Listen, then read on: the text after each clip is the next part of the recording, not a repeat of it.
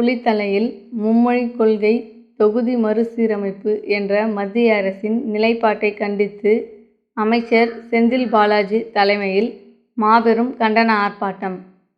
கரூர் மாவட்டம்.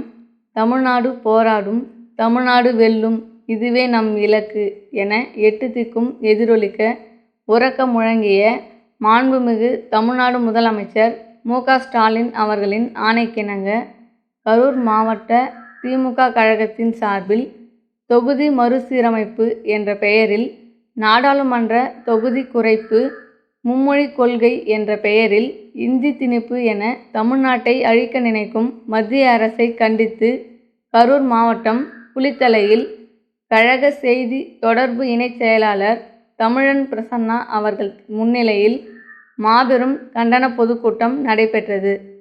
இதில் சிறப்பு அழைப்பாளராக மின்சாரம் மற்றும் மதுவிலக்கு ஆயத்தீர்வைத்துறை அமைச்சரும் கரூர் மாவட்ட செயலாளருமான செந்தில் பாலாஜி அவர்கள் கலந்து கொண்டு சிறப்புரையாற்றினார்.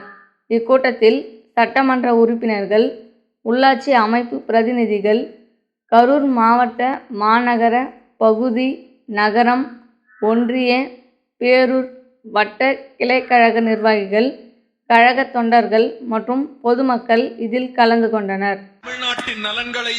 தமிழ்நாட்டின் நலன்களையும் எதிர்காலத்தையும் யாருக்காகவும் எதற்காகவும் விட்டுத்தர மாட்டோம். தமிழ்நாட்டின் உரிமைகளுக்காக ஒன்றுபட்டு போராடுவோம். தமிழ்நாடு போராடும். தமிழ்நாடு வெல்லும். தமிழ்நாடு போராடும். தமிழ்நாடு வெல்லும். இதுதான் ஒரே இலக்கு.